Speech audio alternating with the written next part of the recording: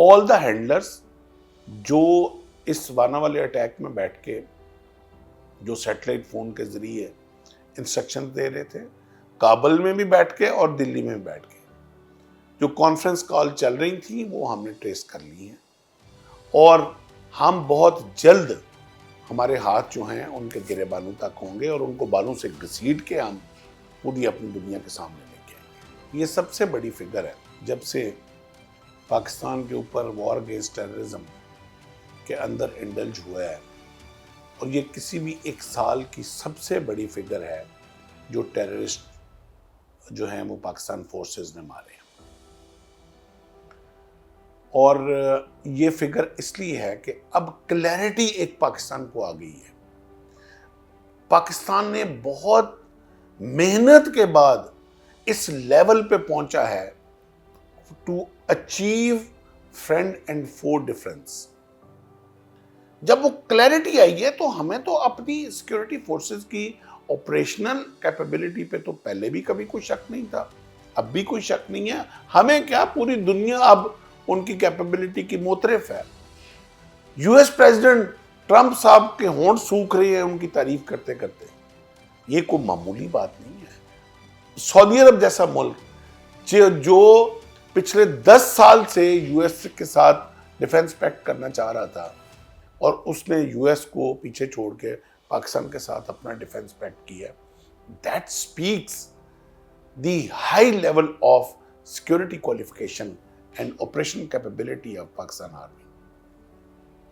تو اس کلیئرٹی کے بعد جب اس سال میں یہ جو اچیومنٹ ہوئی ہے اور یہ جو 1700 والا فگر اچیو کیا ہے، اس نے پوری کی پوری کمر توڑ دی ہے۔ اور اس میں وہ 1700 میں وہ شامل نہیں ہیں جو ہم نے ہٹ کیے ہیں اکراس دا بارڈر۔ یہ صرف ان لینڈ والے ہم نے جو اندر آئے دہشت گردی کے لیے اور مارے گئے، اس میں وہ شامل نہیں ہے جو ہم نے ادھر جا کے مارے ہیں یا ادھر ان کے گھروں میں بیٹھے مارا ہے۔ اب پاکستان نے بہت کلیئرٹی کے ساتھ ان تمام لوگوں کے جو اپروچز ہیں، ایڈریسز ہیں، جہاں یہ رہائش پذیر ہیں افغانستان پہ، یہ دوحہ میں اور استنبول میں ساری دنیا کے سامنے ان کو رکھ دیا ہے۔ اب اگر مزید کوئی دہشت گردی کا واقعہ ہوتا ہے اور دار اندازی افغانستان کی طرف سے ہوتی ہے تو ہم وہاں تک پہنچیں گے جہاں سے یہ آغاز ہوا ہے، چاہے وہ دنیا کا کوئی خطہ ہو۔ پاکستان الحمدللہ اس وقت ہر کے پی آئی کے حساب سے اسٹیبلٹی کی طرف جا رہا ہے، اور 40 سال لگے تھے بھارت کو پاکستان کے اوپر انویسٹ کرتے ہوئے ڈسٹیبلائز کرنے میں۔ اس نے کس شعبے میں انویسٹ نہیں کیا؟ پاکستان کے دفاع کو کمزور کرنے کے لیے اس نے جو اپنا انٹیلیجنسیا ایکٹیویٹ کیا وہ کلبوشن کی صورت میں آپ کے سامنے ہے۔ 2019 میں انہوں نے اٹیک کیا تو ابھی نندن چائے پی کے گیا۔ اس کے بعد انہوں نے سفارتی طور پہ پاکستان کو آئسولیٹ کرنے کے لیے ہر طرح کی لابنگ کی ہے، ہر طرح کی انویسٹمنٹ کی ہے۔ پاکستان کے جتنے دوست ممالک تھے ان کے اندر پینیٹریٹ کر کے انہوں نے پاکستان کے لیے مسائل کھڑے کرنے کی کوشش کی ہے۔ سپورٹس کے کمپلیکس میں لے لیں آپ کو، لبرٹی کا جو بم بلاسٹ ہوا لاہور کے اندر سری لنکن ٹیم کے اوپر، پاکستان سے انٹرنیشنل کرکٹ ختم کرنے کے لیے انہوں نے انویسٹ کیا۔ کل بھی اسلام آباد میں جو انہوں نے بم بلاسٹ کروایا ہے، اس کا کنیکشن پھر سری لنکا ٹیم کے ساتھ جڑتا ہے کہ کل پہلا میچ تھا پاکستان سری لنکا کا اسلام آباد میں، اور انہوں نے اسلام آباد میں بم بلاسٹ کیا۔ سو ہر شعبے میں جب اتنی ہیوی انویسٹمنٹ کے باوجود پاکستان اب ہر بینچ مارک کے حساب سے اسٹیبلٹی کی طرف جا رہا ہے، گروتھ کی طرف جا رہا ہے، اکانومی، ٹریڈ، پولیٹیکل، ڈیفینسو، اس کے بعد فورن آفس، ہر لحاظ سے جب کامیابی کی طرف گروتھ ہماری جا رہی ہے، پوری دنیا کا انویسٹر ادھر آ رہا ہے، ریئر ارتھ منرل، مائننگ، انڈسٹری، ہر چیز، تو تکلیف تو ہوگی بھی۔ جب آپ کی اتنی بڑی انویسٹمنٹ ڈوبتی ہے تو درد تو اٹھتا ہے، کراہتا تو ہے، تو یہ نیچرل ہے، لیکن یہ آخری ببکے ہیں، وہ لے لے، آخری سانسیں ہیں ان کی، یہ کر کے دیکھ لیں۔ اس بار نہیں، ہر بار فتح پاکستان کی ہے۔ یہ میرے آقا صلی اللہ علیہ وسلم کا فرمان ہے۔ یہ ملک ایک اللہ پاک کے رازوں میں سے ایک راز ہے، جس کے جھنڈے کی سبزی جو ہے وہ بتا رہی ہے کہ گنبد خضرا سے جہاں سے یہ رنگ لیا گیا، اور اس کی شنید آقا صلی اللہ علیہ وسلم نے اس کی ملک کی کامیابی کی وہ اپنی متعدد احادیث میں دے چکے ہوئے ہیں۔ دشمن کو ہی ہمیشہ انشاءاللہ پستی دیکھنا پڑے گی۔ میری قوم نے، ہم لوگوں نے بہت ہارڈ ٹائم دیکھا 2004 کے بعد، جب سے یہ ٹیررزم مسلط ہوئی ہمارے اوپر۔ بہت سارے لوگوں نے قربانیاں دی ہیں۔ اس دنیا میں میرا نہیں خیال کہ کسی ملک نے اتنی دہشت گردی میں قربانیاں دی جتنی پاکستان نے قربانیاں دی۔ ہم نے یہاں فتنے دیکھے، مگر اللہ پاک نے اب ہر چیز سے سرخرو کرتے ہوئے پاکستان کو اب ایک ٹریک پہ چڑھایا ہے، اور جس طرح سرسبز و شاداب لہلہاتے کھیت اب دوبارہ نظر آ رہے ہیں، یہ کامیابی کا سفر آگے جاری رہے گا۔ ہم نے نا امید نہیں ہونا، ہم نے ریاست کے ساتھ جڑنا ہے، اپنے پرسنل جو گریجز ہیں ان کو ایک سائڈ پہ رکھ کے پاکستان کے لیے جو کام ہے وہ ہم نے کرنا ہے۔ ہم نے اپنے ویسٹڈ انٹرسٹ سائڈ پہ رکھ کے ہم نے جو کام پاکستان کا ہے وہ پاکستان کے ساتھ کرنا ہے۔ ہم نے اپنے پولیٹیکل انٹرسٹ سائڈ پہ رکھ کے جو کام پاکستان کے لیے وہ پاکستان کے لیے کرنا ہے۔